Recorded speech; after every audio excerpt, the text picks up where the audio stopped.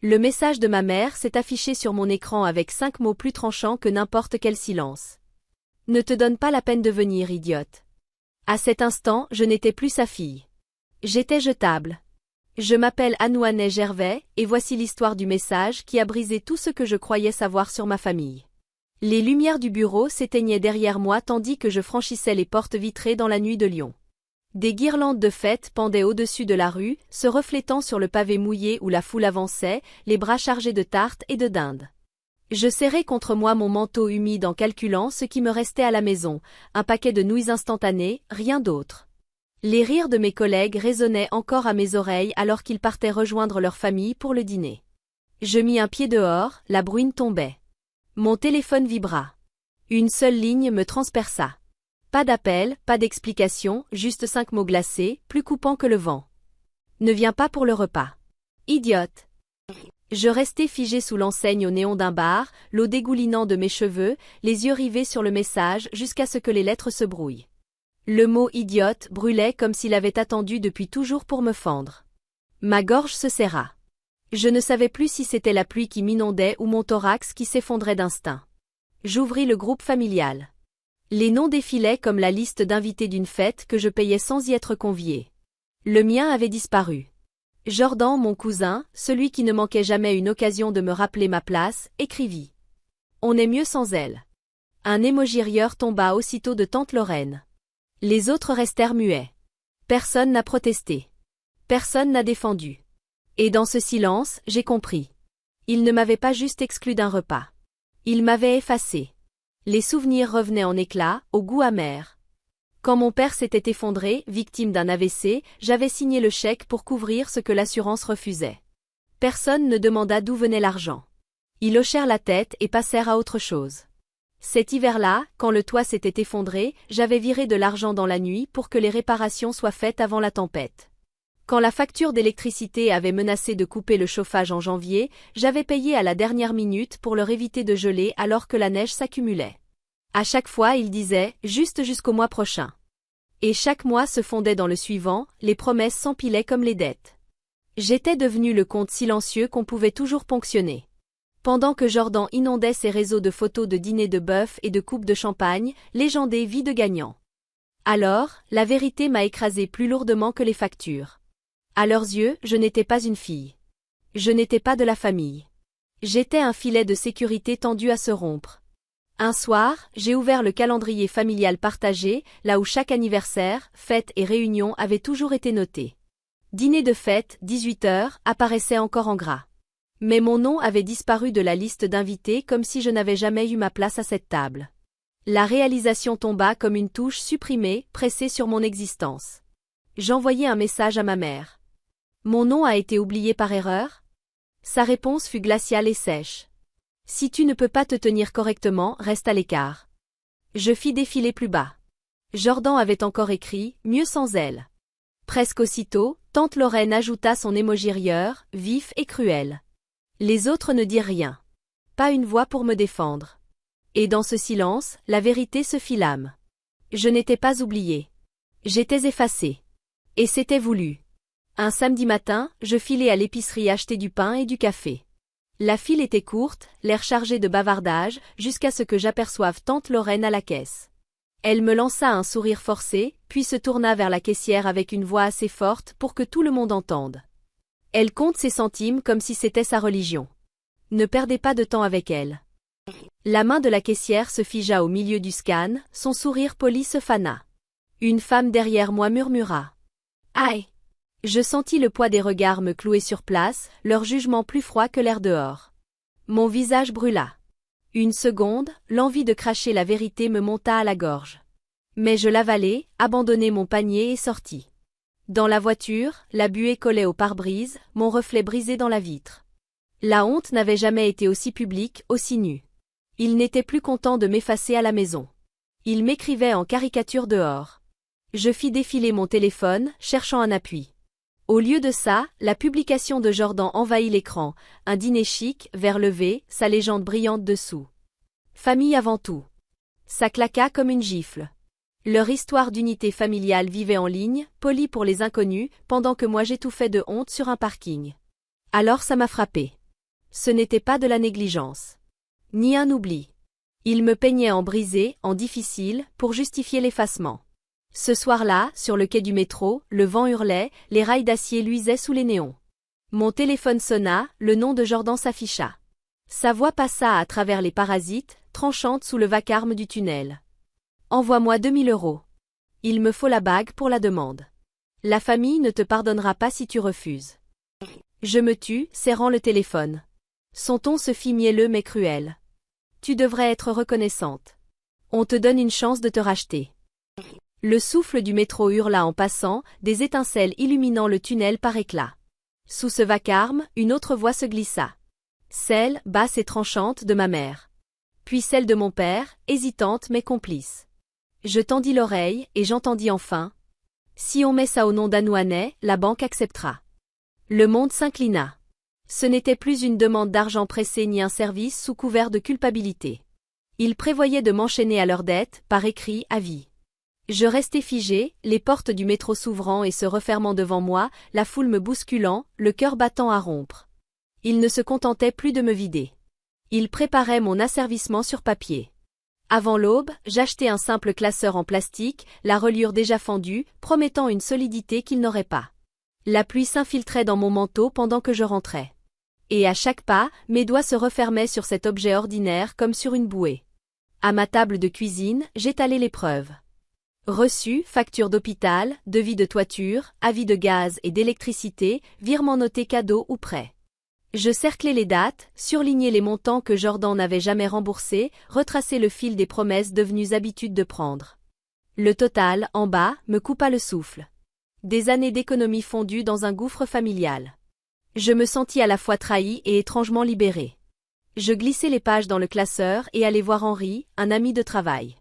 Dans la lumière chaude du café, je fis glisser le classeur vers lui. Il le feuilleta, fronça les sourcils, puis leva lentement les yeux. « Tu n'as pas été leur fille, dit-il d'une voix basse. Tu as été leur filet de sécurité. Et les filets, quand on tire trop dessus, finissent par se rompre. » Il m'expliqua calmement les démarches. Comment annuler les paiements automatiques, sécuriser mes comptes, retirer ma carte des factures partagées. Une stratégie simple et méthodique, aussi discrète qu'un verrou qu'on ferme. Aucune scène. Juste des chiffres et des actes. Pour la première fois, tout me sembla possible. Le Black Friday arriva comme une autre journée de solde. Mais moi, j'étais chez moi, la lumière de l'écran me caressant le visage. Un à un, j'exécutais les étapes. Annuler le prélèvement du prêt immobilier. Retirer ma carte des factures d'énergie. Basculer la ligne familiale sur un forfait prépayé à mon nom. Et couper la connexion Internet de la maison. Chaque clic sonnait comme un petit détachement. Le téléphone explosa de messages vocaux. La voix de ma mère, cassante, furieuse. « Tu te rends compte de ce que tu as fait ? Tu as tout gâché. » Je l'ai supprimé sans écouter, chose que je n'avais jamais réussi à faire. Le silence s'installa dans l'appartement, le vrai, le plein silence, pour la première fois depuis longtemps. Le lendemain, le fil de Jordan s'illumina de photos d'une somptueuse fête de fiançailles.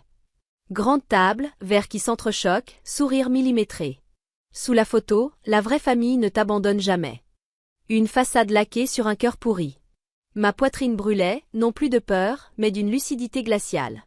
Il pouvait jouer la famille pour les caméras, mais il ne pouvait pas effacer la vérité contenue dans mon classeur.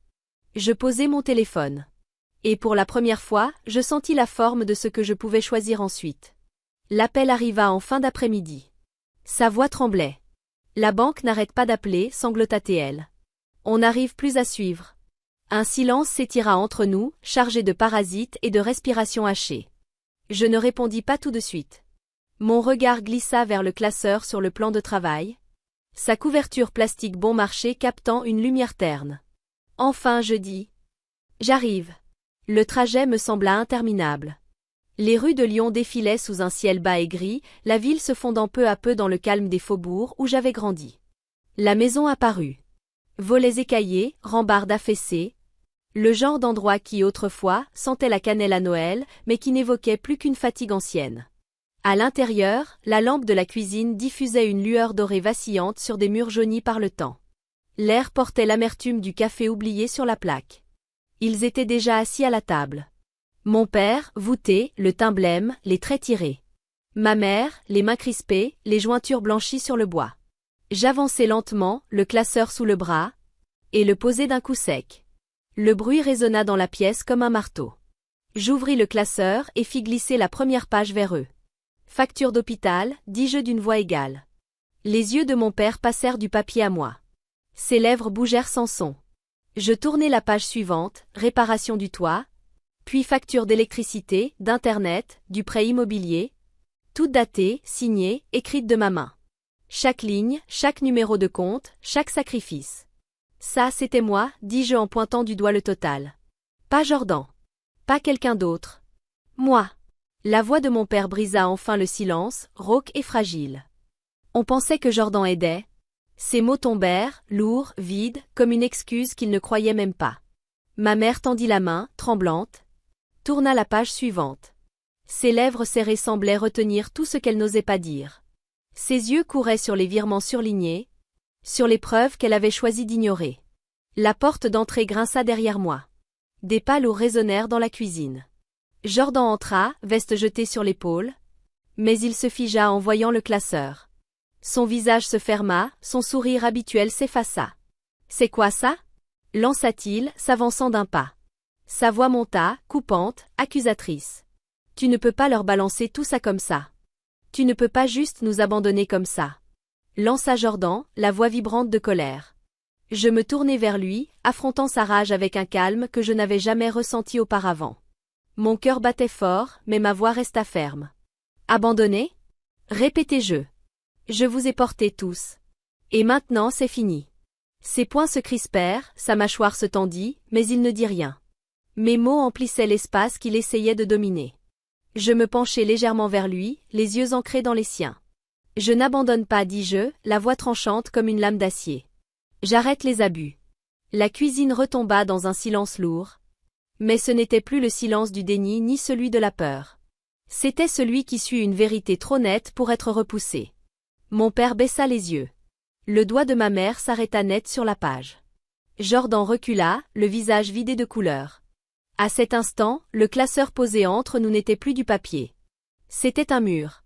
Le mur entre celle que j'avais été, celle qui payait, qui pliait, qui cassait, et celle que je venais de devenir. La maison sentait le cirage et le tissu ancien, comme si on avait tenté, en hâte, de la rendre présentable. Une semaine s'était écoulée depuis l'affrontement dans la cuisine de mes parents, quand une convocation familiale était tombée, écrite comme un ultimatum. Quand je pénétrai dans le grand salon, chaque chaise était occupée. Tante, oncle, cousin, des visages connus depuis l'enfance, tous alignés en demi-cercle, m'attendant. La lampe suspendue diffusait une lumière dorée, mais elle ne réchauffait rien. Personne ne parla d'abord. Je sentis leur attente m'écraser. « Assieds-toi. Excuse-toi. Répare les dégâts. » Ils espéraient la même fille docile, celle qui payait en silence. Mais je portais le classeur bleu bien en vue. Je le déposai au centre de la longue table. Le choc du plastique sur le bois fit tourner plusieurs têtes. Je l'ouvris lentement, sortis une liasse de relevés. « Vous devriez tous voir ça, dis-je d'une voix calme. » Un oncle, du côté de ma mère, ricana.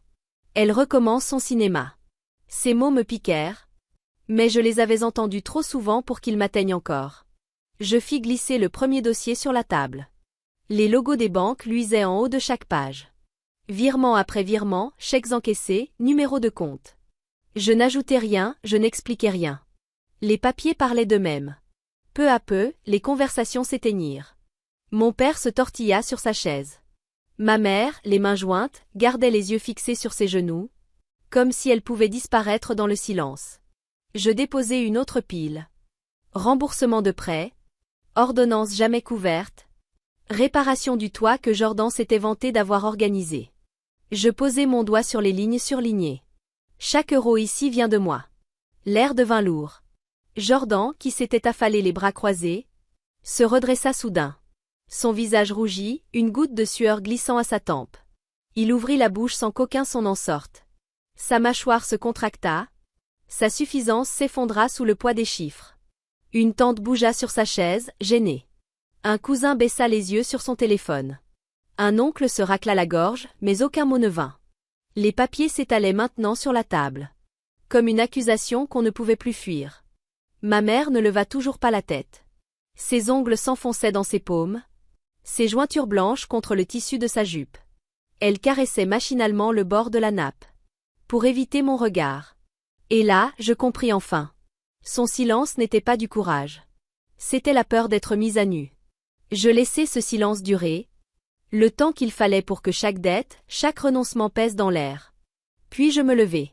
Le bruit de la chaise raclant le sol claqua sec. Je ne suis pas votre banque, dis-je d'une voix claire. Je suis votre fille.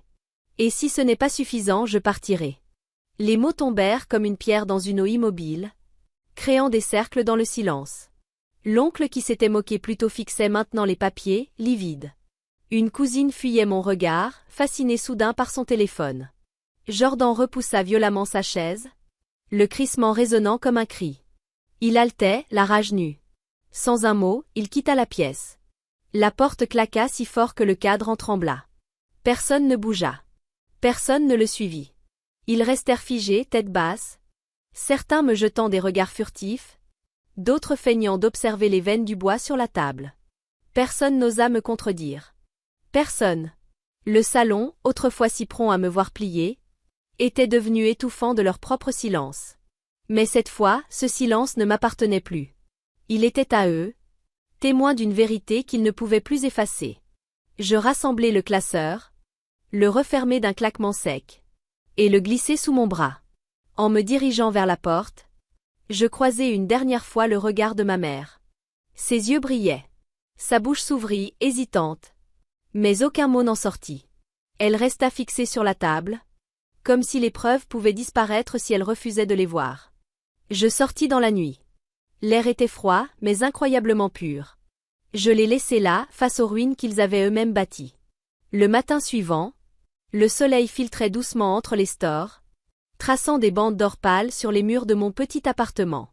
L'air était vif, le genre de froid qui rend la chaleur d'un café brûlant presque sacré. Je découpai un bagel, tartinai généreusement le fromage frais, et le déposai sur une assiette.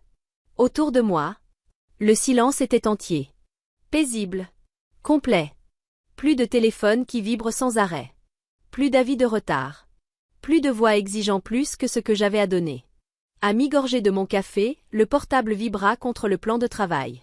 Mon cœur se serra un instant, réflexe ancien, m'attendant à l'orage habituel. Mais quand je le pris, il n'y avait qu'un seul message. De ma mère. Je n'avais pas compris tout ce que tu portais. Pardonne-moi. Je restai longtemps à fixer ces mots, les lettres se brouillant doucement sous mon regard. Des réponses tournaient dans ma tête, colère, pardon, questions, mais aucune ne sonnait juste. Alors, je reposai le téléphone, face contre la table, et le laissai là. Je croquai dans mon bagel, le craquant du pain chaud manquant dans l'instant. Un air de jazz s'élevait doucement de l'enceinte, rythme calme, sans urgence. Pour la première fois depuis des années, le silence n'étouffait plus. Ce n'était plus celui d'une absence, ni celui d'un effacement. C'était un silence plein, léger, celui qui s'installe quand un poids finit par se lever. Je me laissai aller contre le dossier de la chaise, fermer les yeux, respirer profondément. Ce n'était pas le vide d'une famille perdue. C'était la présence d'une liberté retrouvée. Et je compris que je n'avais plus besoin d'acheter ma paix. Le silence m'appartenait. Et c'était suffisant.